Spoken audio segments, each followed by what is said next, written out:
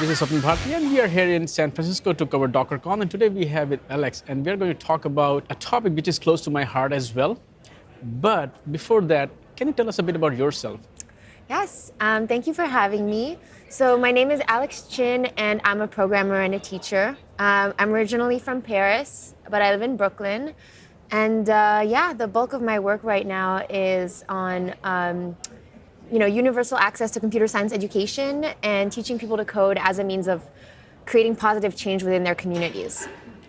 Why did you choose this particular area? Why? That's I don't mean by technology, but to make it accessible to people. Yeah, well, I didn't always work on tech education. I was just a software engineer for the first few years of my career, and because of the challenges that I myself encountered as a minority woman, I decided that I wanted to kind of change courses and spend a lot of my time making the tech industry more diverse and more inclusive for people from all backgrounds. So when you say minority woman, what does it mean?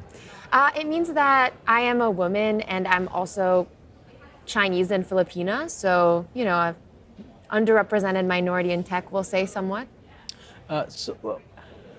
Why is it that when you mentioned, that minority, why is it that we don't see that many women in tech? Why is it that we don't see that many women in tech? That's a question with a lot of layers, but I can give you like a quick answer. So actually women have used to be a big part of computer science in the beginning. And in the 80s, with the rise of the personal computer, it was actually, the personal computer was marketed almost entirely to men and boys because it was like a toy that you played Pong with. And so that was like a marketing decision. All the ads you see just boys there. Exactly. And so that's when the narrative of the boy genius programmer and the boy geek kind of emerged. And so in the 80s, we see a very sharp dip in terms of women studying computer science. And because this image of the boy geek has become the prevailing narrative about computers. Now it's been built into everyone's psyche. We've all internalized it for decades, and so it's resulted in we'll say systemic barriers to women entering computer science, and not just women, racial minorities as well, because everyone thinks that programming is for white men. And even today, if you look at, we were talking about computer games. All the games, you look at boys as most of the YouTubers who they are talk about, and I just, sometimes I struggle, why is that? But as much as it has been about the media and the market, how they present it, at homes also. When I grew up in India, when I moved to US, I saw that there in the toy section, there was the boys' toys and the girls' toys in pink versus blue. Yeah. And in India, we used to wear all the kind of colors. Yeah. So at home also, we treat girls differently than boys. So beyond what the market perception, how much role does parenting play in that? Because I'm sure you may have come across, because as you said, different layers. Yeah. So this is also one of the... Yeah, I mean, so predefined gender roles have been a part of a lot of our societies for a very long time. And so, yeah, as you said, there's a lot of layers to this issue. And I wouldn't blame necessarily like parents for this. This is something that as a society we've all internalized. Mm-hmm. So in the United States, for example, young girls basically are steer out of STEM before age 13. That's the age at which they basically kind of learn from society and maybe their parents and the media that like STEM isn't for them. And so it comes from a lot of different places. I wouldn't necessarily blame parents too much. Right, but parents they also get influenced by what they see in the movie. Exactly. Okay, let's move beyond that phase, and then we move to. I was talking to Karen Sandler. She used to be executive director of GNOME Foundation, and she's very active in this field. So she was like, when she was doing in her early days, she went to the computer center in her school, and there were no girls in that room, and there was a guy who was watching porn, and then she went to the head, and she said, why are there no women there? And he said, do you want to be that woman? and then she joined and she became, and so when we moved to the school, then also, a lot of things happened that discourage, but what plays a role there is unconscious bias, because you don't even know that, you are biased. I don't think I'm jumping. Do you think I'm jumping from one topic to other topic, or is that? No. I think we're hitting a lot of Yes. different points. Diversity is a very complicated topic. It's not a simple yes and no answer, right? That's very true. Yes. Because I'll keep jumping on from here to Yeah. there. So let's from your perspective, what is What is diversity? Yeah. So I just went to a great talk by Chloe Condon, who had like the definition of diversity up on the screen, and it was like, I think the technical definition of the word diversity is like varied, but in the field of tech, to me, diversity is just equal representation for all peoples, or in a way that matches the population that we're drawing from. Right. And I think that two other words that are very important to me when we talk about diversity is inclusion. So inclusion is, if we say that a diverse environment is one where all people from all backgrounds are represented, equally or fairly, then inclusion is an environment in which people from all backgrounds have, equal access to opportunity and success by design. But then there's a word that I think is more important to describe what I think should be happening in tech, which is the word equity, which actually I'm going to read a definition because I think it's You're not very allowed good. to read anything here. I'm You not have allowed to read anything? You have to memorize everything. You're That's- on a show. I'll read the definition of the word equity. Okay. Equity is the fair treatment, access, opportunity, and advancement for all people, while at the same time striving to identify and eliminate barriers that have prevented the full participation of some groups. Okay. Now, I did not hear anything that is just simplified for me. Simplify it. Okay, basically, the concept of diversity is one of just like, there's this great analogy that I like. Diversity is being invited to the party, and inclusion is feeling like having fun at the party. And then equity is both of those things, and also removing barriers for people who haven't been invited to the party. Does that make sense? It does make sense. I was talking to Brian Bellendorf. He's a legend from the internet, and when I talked about that what is important for an open source project to sustain, and once again, even if I did not mention diversity, he said that if your community does not look like the global world that we live in, it won't survive. Yes. So this is because you also, initially you said, the kind of word we know, and when we look at it, that's not the reality. No, that's very important. I mean, we sometimes- need. yeah. Sorry, go ahead. No, yeah, please go ahead. Yeah. I was going to say, if we want to build software for the entire world, we need people who are representative of the world to be building the software. Otherwise, it won't work for everyone. Exactly. When before, I was like trying to get Before I cut you off. No, you didn't cut me off. We are having a fun here, so it doesn't really matter. Unconscious bias there. I talked, because diversity is a topic that every Wednesday on my channel, I publish an interview with I am also from underrepresented minority, though I don't think, because there are like 1 billion Indians in the world, so I don't think I'm a minority in a way, but so every Wednesday I publish an interview with a woman, or if I find from a different, so I was talking to Adobe, and so originally he's from the Mexican, so he does a lot of work there, and I did not come across those stories.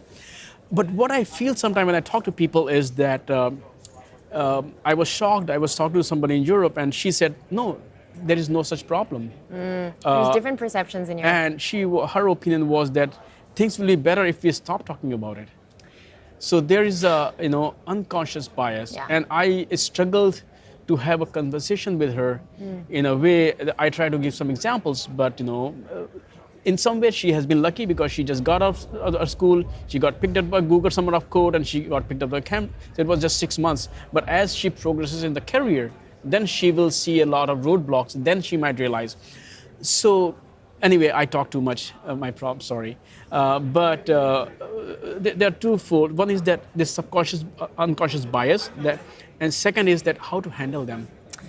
That's You bring up a really interesting story, and that happens to me as well. Sometimes I meet, women who say that there's no sexism in tech, and I should, stop bringing attention to it. And I think, there's a great word for this. It's called internalized sexism, internalized oppression. It's when you've internalized the message that there's no sexism or racism, and that happens a lot. And I think everyone is on their own journey to, realizing what's happening around them. And I think it's amazing when people from minority backgrounds don't perceive to have any challenges when they're in the tech field. I wouldn't, try to advocate for everyone to go through hardships and realize that this is a bad industry to be in. But in terms of how to deal with folks who have unconscious bias, I think there's kind of a catch there. It's that it's unconscious, so it's really hard to pinpoint it, right? Yes. But generally, it's when you point out your own unconscious biases, when you give examples about how you yourself might be biased, then people are more open to playing with the idea. That's why I give the talk that I give. Shaving my head made me a better programmer. It's kind of a sensationalist title, but it's been helpful in starting these conversations with people who don't necessarily think there's a problem of lack of diversity in tech, because it's not really about facts and figures. It's not really about proving to people that there's some kind of bias. It's just about my personal story, and so it speaks to people. So as I gave you example, I kind of become kind of uncomfortable. So since you are, I am not an activist like the way you are. I am doing, within my capacity.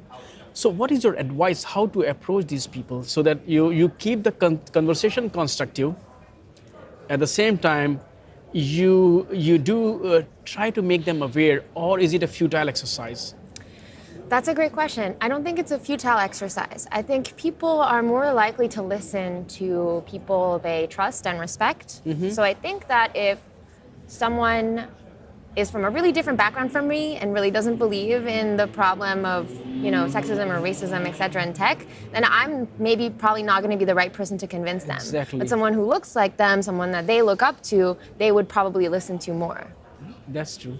Because it's not a futile exercise. It might be a little more futile for some folks than others when talking to some people, but right. Because the kind of political world we are living in today, when people build their opinion, and this is a something very strong opinion, about whether you talk about MRAs, or something. So they hold these, beliefs very strongly and they defend it. So it becomes hard to have a conversation. So your advice is it's not futile. Just keep trying as much as you can and keep it. I would say it's not futile. I would say that the responsibility of convincing, the majority group that there is a problem shouldn't rest on, minorities. Mm-hmm. And anyone who says, I'm tired of having these conversations, this is not my job, I applaud that, and that's me a lot of the time. But I think the conversations need to happen, and I think that people who belong to the majority group should step up to have those conversations. Beyond these conversations, you are from an underrepresented minority. So beyond, what are the other things that you can do to improve the situation, or we can do? Yeah, what you're doing, giving visibility to folks from underrepresented backgrounds, talking about it on your show, that's really important. What I do is I teach people from underrepresented backgrounds to code. So right now, just high schoolers from all over the city and formerly incarcerated individuals as well. And I've taught just a variety of people in the past. I think creating change within organizations. So, having better hiring practices, promoting more people from underrepresented backgrounds. There's so much that we can do. Yeah. One thing that I do is every time I approach a company for inputs for my story, I always ask, can I have a women, because mostly what happens is, I get mostly men. So that's what, I was asking as a journalist what I can do. So this is what I am doing, I always make a deliberate effort. Every time I go to a conference, I especially ask, can you give me some, can you give me some women, not from that point of view. But, I think everybody can play a role there. So what more can journalists do? Though our breed is becoming extinct, but still whatever we are left, What can we do? You know, I haven't thought too much about it from the journalist point of view, as I am not a journalist. But I Like think from media point of view, yeah. yeah, I think what you're doing is great. I think giving a voice to folks who traditionally aren't heard. I think providing a platform to talk about these issues is important. Like I do something similar in my classroom or whenever I throw an event, all my speakers, all the experts I bring into the classroom are from underrepresented backgrounds in tech because I want my students to see that the face of tech is changing. Like I don't want them to grow up learning that the world of tech is a homogenous place. I want them to grow up having role models who look like them, who look like lots of different types of people. So I think that what you're doing is great. Yeah, that's fine. And if you, when you mentioned, that they see more people who look like them, but isn't that like kind of contrary to Sure. I mean, okay. how do we build a culture where we feel more comfortable, where everybody looks different? Because otherwise we'll go back to the first very point, that you want to increase diversity, but if you are trying to, they look like you, so don't you think so? I think once we reach that tipping point of there being like more people from underrepresented, of like the word underrepresented background, the meaning of that changing in technology, then we can talk about it then, but until then. Yeah, so one more thing before we kind of wrap up is that why should we even care about diversity? What's the problem? Why do we need it? Yeah, I usually answer that with a few different answers. Mm-hmm. So, as long as there is no violence involved, you can give me all the answers. No, I mean, there's a big business case for diversity in tech being a good thing. Diverse teams outperform non-diverse teams. Why? Because when you have a variety of perspectives, you challenge each other, you build something better. You can have a diverse perspective in the same set of group also. I mean, these are just like facts that I've learned from researching this. So, for example, there's an Intel study that shows that teams, if the tech industry were to have a tech workforce that reflected, or rather, the racial background of the tech workforce that would reflect that of the talent pool, then the tech industry would make like $300 billion more a year. Like those are true things, or rather, I trust this study, even though like something like 70% of studies are fake. But so there, diverse teams make more money. Diverse teams build better products. We've seen that homogenous teams can build things that have big, big gaps. Like for example, the first airbags, they weren't tested with women's frames because it was an all-male engineering team, and so the first airbags actually accidentally killed some women. Also, we saw how Google Photos launched with image recognition that labeled pictures of black people as gorillas. That was very bad. Right now, the iPhone X still can't recognize, tell different Chinese women apart. So basically, we need diverse product teams to build products that work well for everyone. And so there's, diverse teams make more money, diverse teams build better products. I think diverse teams in general have better people in it because you can hire from untapped pools of talent if you hire people from diverse backgrounds. So there's just really no reason not to want a diverse team, but maybe the most important reason is that we should care about equality. Okay, because as I say, I come from different, but when I look at different cultures, different people from different backgrounds, they look at problems differently. They solve problems differently. Language changes your perception. It changes how you approach. So, and when you put a mix of people who are looking at the problem from a different perspective, you are widening your perspective. Absolutely. So when you widen it, it doesn't even matter whether it makes a business sense or not, but you're solving problems in a much more effective way. Absolutely, that's well said. That's, I feel that itself is a great value add, because when you put all those people, different perspective, looking at the same problem, suddenly you are solving it in a much better way. Absolutely. So it's really important to put all those people in the same box and same mix. So I think we talked about some core topics. We can go on and on forever, but anything else that you think we should be like, this is what I wanted to talk about, but you did not even ask about it? No, I don't think so. Did we touch upon some of the core topics? Yeah, I mean, sure. This is your interview. Yeah. No, this is your interview. Okay. Well, I didn't come with an agenda. You have an agenda. Diversity is your agenda. I mean, yeah, sure. It is definitely my agenda. My agenda is simply to talk about it, to try to talk more about it and try to build a case why we need more and more. I mean, talking itself Yeah. changes a lot of I'm curious. Well, this is not really something I wanted to talk about, but I'm curious to see because I'm not a DevOps software engineer. I was a full stack developer, and like I know that the culture of tech is one thing, and then there's like micro cultures within like certain sectors. So I'm curious to see what will be the reception of my talk here at DockerCon, Okay. Which is an audience that I haven't spoken to before. Okay, yeah, I do have one question now. The question is that Docker, most of the work they do is open source. And the way open source operates is that I was talking to Kelsey Hightower, he's kind of celebrity in the, Kubernetes world. And being an African American, and he's kind of, so even like, I grew up playing football and all those things that, people in my community plays, and I never knew that I will become a developer and stuff like that. But he said that the one good thing with open source is that you don't have to prove yourself before you become a contributor. That's true. So, but even in this open source world where people from different background, different regions, India, China, Africa, Mongolia, even Antarctica, they can, no, not from, they contribute. But why do we still have this problem in this community? This should not be a problem here, but it's still a problem here. Why? I think that even if it's open for people to contribute, there's still a lot of imposter syndrome. People might not feel like they can contribute. I mean, to be honest, I've contributed to open source projects in the past, and I've had like one time a very sexist GitHub comment on my PR, and it's like those things can be kind of turn you off from open source. Like open source is awesome, and also when you contribute to open source, you're opening yourself up to a whole community of people who can kind of like see who you are and pick out your code. And Right.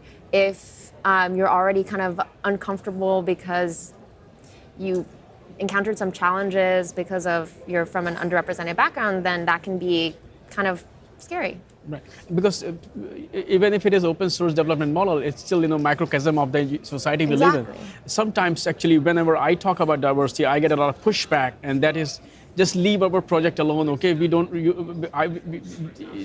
ruin our project. If the person is qualified, it doesn't matter whether it's girl or man or whatever. Just meritocracy works, and please don't ruin the project with the social justice warriors or whatever it is. So I sometimes get upset.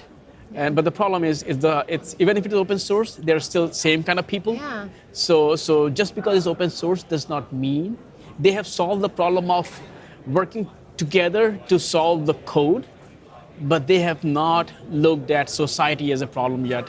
So I think that is the dialogue we have to change, even if it is uncomfortable for a lot of people, because sometimes when you're sick, it hurts, So I think this is lack of diversity is a kind of sickness in our society. Yeah, very well said.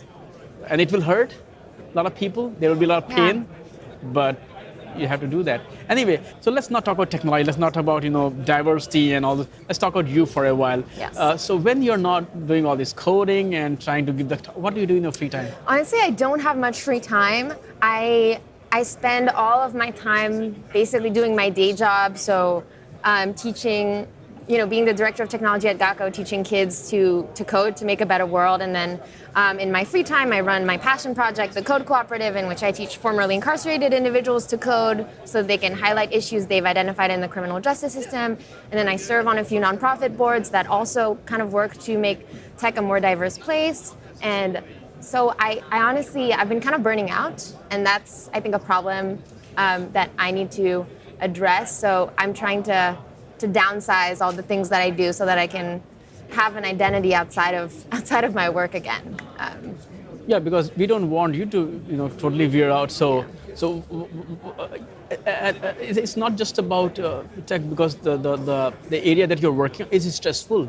Because you do come across people and you get angry. Yeah. So what is your release? What is your wall that turn once in a while off so that you release all the steam? I like to do yoga. Okay. I do a lot. I dance. Okay. I mean, yeah. I have nice conversations with nice people, and that feels good. So do you, like, when you have a very stressful, discussion, do you go in a room and just dance, or do you, what is your stress I buster? definitely I would go to a dance class, or I might go clubbing. No, that's a really good question. How do I release tension? Yeah, because, running, it's dancing. so much stress. Yeah, I mean, doing something cathartic, like today actually during my talk, I'm doing something that I haven't really done before, which is like, I'm calling out the specific people who have sexually harassed me in my career, and that's a good way to release some tension. But won't that create more tension? You're calling them out. Whatever. So that's brave. Thanks. We'll see how it goes. Exactly, because that could be and that's get some more hobbies, and, because we don't want. What are your hobbies? This interview is not about me. Okay, this is about you for now. Maybe next time you can interview me, and then we'll talk about my hobbies. Yes. My hobby is to talk to kind of I don't know the term, but because most of us, we just get comfortable with the life you're living. There are only few people who realize that we need a change. To be honest, most of us do know. Yeah. But we choose an easy path to just go and sit and watch Netflix. But there are only few like you who take risk, who take stress. It comes with it, because you're taking a lot of risks for your career, for your social perception, as you say, harassed on Twitter or GitHub, whatever it could be. So to talk to people like you, and that gives me energy to keep going. So thanks for talking to me today. Thank you. That's very kind of you. Awesome. Thank you.